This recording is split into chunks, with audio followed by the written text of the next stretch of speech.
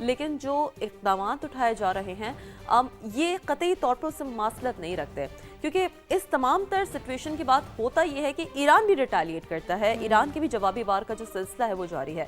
اسرائیل پر میزائلوں کی بوچھار ایران کی جانب سے بھی کی گئی ہے، مشرق وسطیٰ کو بھی نشانے پر رکھا ہے۔ بغداد میں امریکی سفارتی مرکز پر 20 ڈرونز داغے گئے ہیں۔ خلیج فارس میں 2 آئل ٹینکر کو نشانہ بنایا گیا۔ یہ وہ ریٹیلیشن ہے، یہ وہ جوابی حملے ہیں جو ایران کر رہا ہے۔ متحدہ عرب امارات کے فجیرہ میں اہم تنصیبات پر حملے بھی کیے گئے ہیں۔ سعودی شہر الخرج میں امریکی فضائیہ کے عملے کو بھی نشانہ بنانے کا یہ دعویٰ ہے جو سامنے آ رہا ہے۔ بالکل، اور سعودی عرب کا بھی 2 ڈرون گرانے کا دعویٰ سامنے آیا ہے۔ لبنان میں حزب اللہ کے مجاہدین نے بھی صہیونی فوجیوں پر یرغمال کی ہے۔